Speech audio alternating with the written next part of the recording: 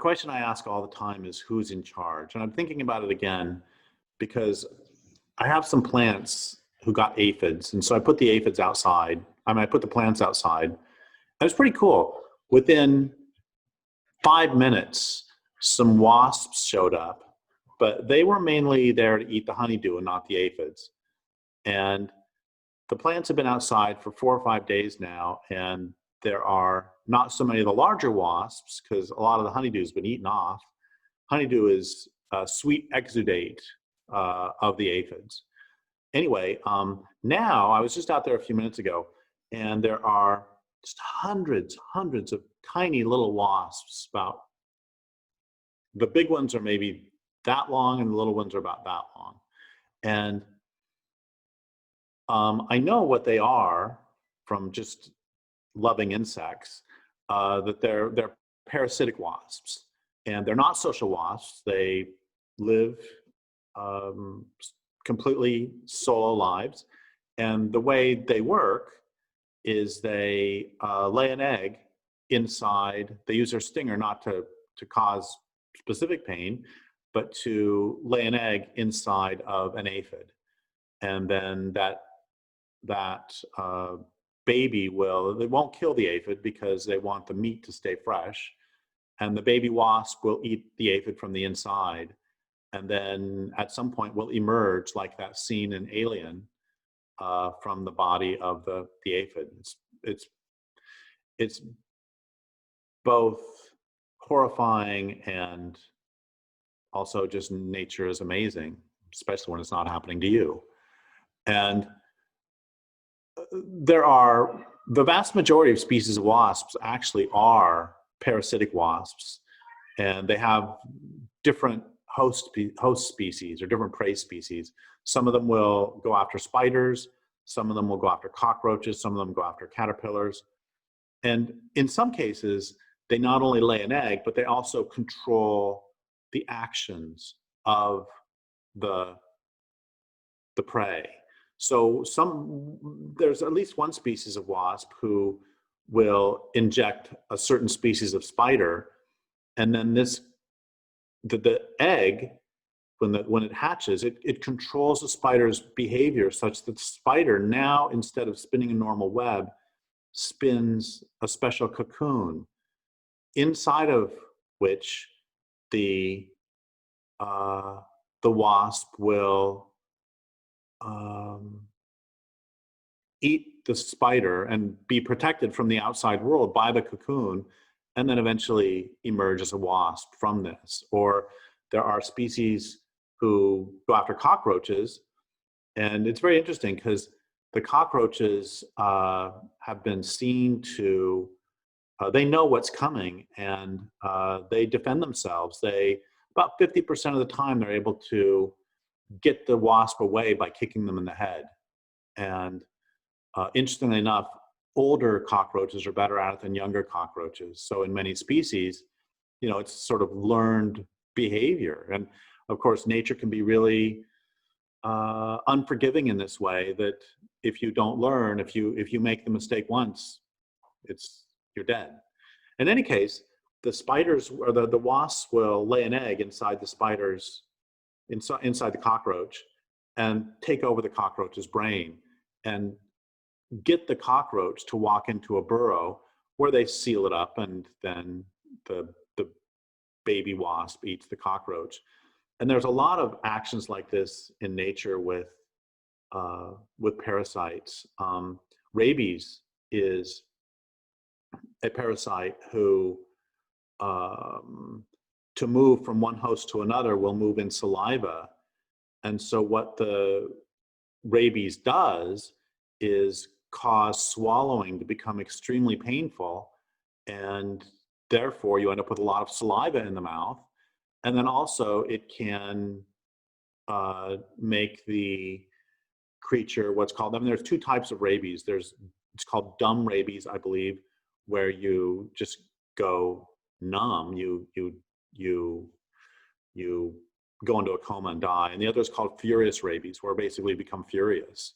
And we think of Old Yeller snapping at people, and the reason that it's snapping at other beings and it sticks and it everything else is because that allows the rabies to be put into another host. You know, you've got saliva in the mouth, you bite somebody, it's found a new place to live.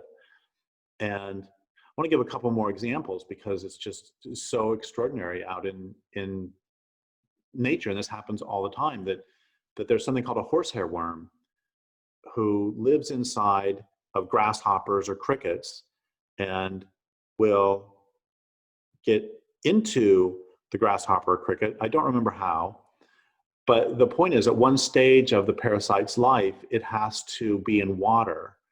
And I think that's where it lays its eggs.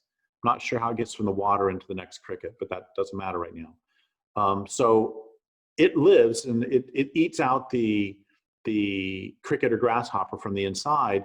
And then as it's about to get ready to emerge, it can't emerge on land or it'll die. So it causes the grasshopper or cricket to jump into a body of water. A couple more examples. There's a certain type of parasite who one of its stages is in a snail, and it will cause a snail to go to the top of a rock and start waving itself around. So why?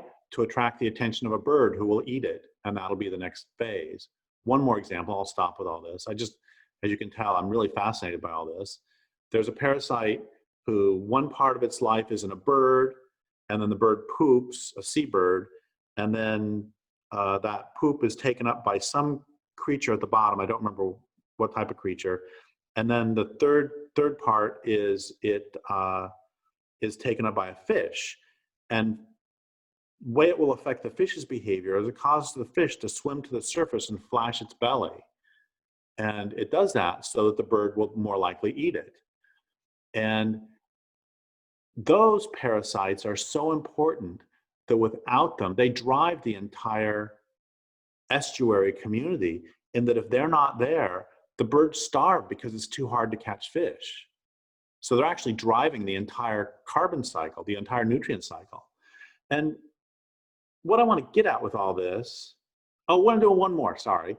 The lancet liver fluke, at one stage, it's in the liver of sheep or cows, and then they poop it out, and snails eat the poop, and they take up the liver flukes, and then it burrows out through the skin and is released into the snail slime, and then the snail slime is eaten by ants, but now the ant has to get eaten by a cow to finish it up. So what it does, it takes over the ant's brain, causes the ant, during the day, the ant works in the hive like normal or works in the nest like normal.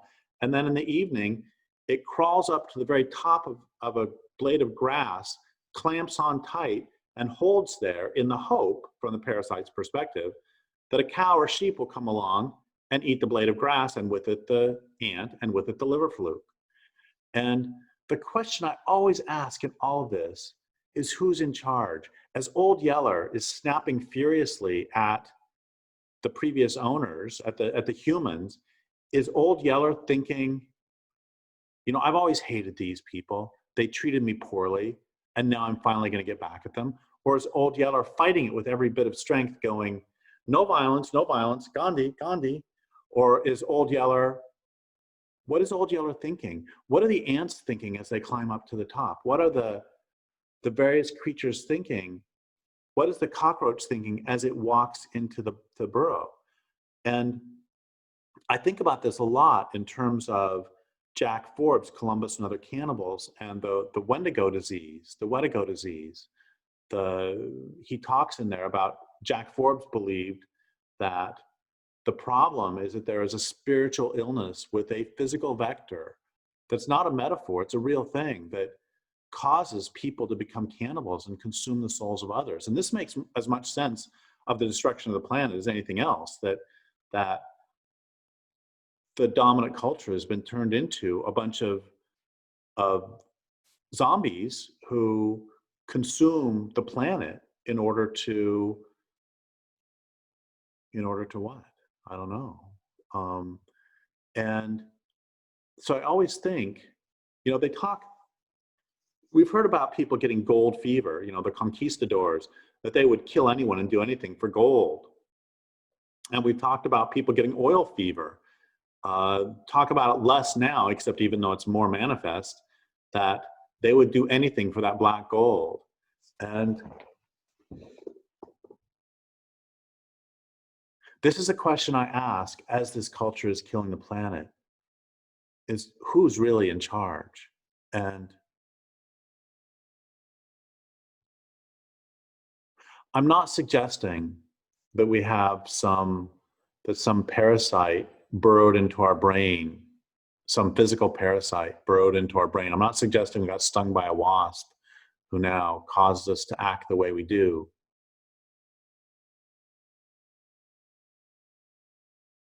But I do believe we have something. The destruction of the planet is so nonsensical.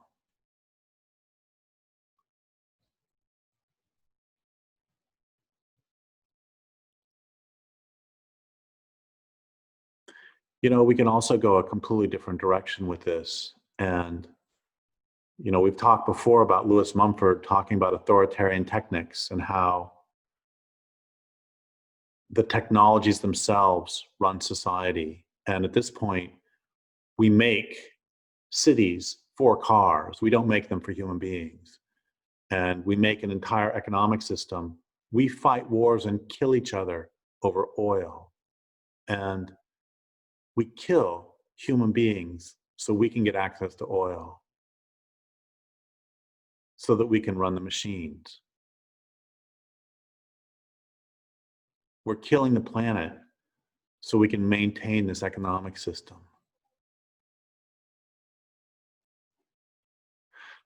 I just always keep coming back to that question of who's in charge.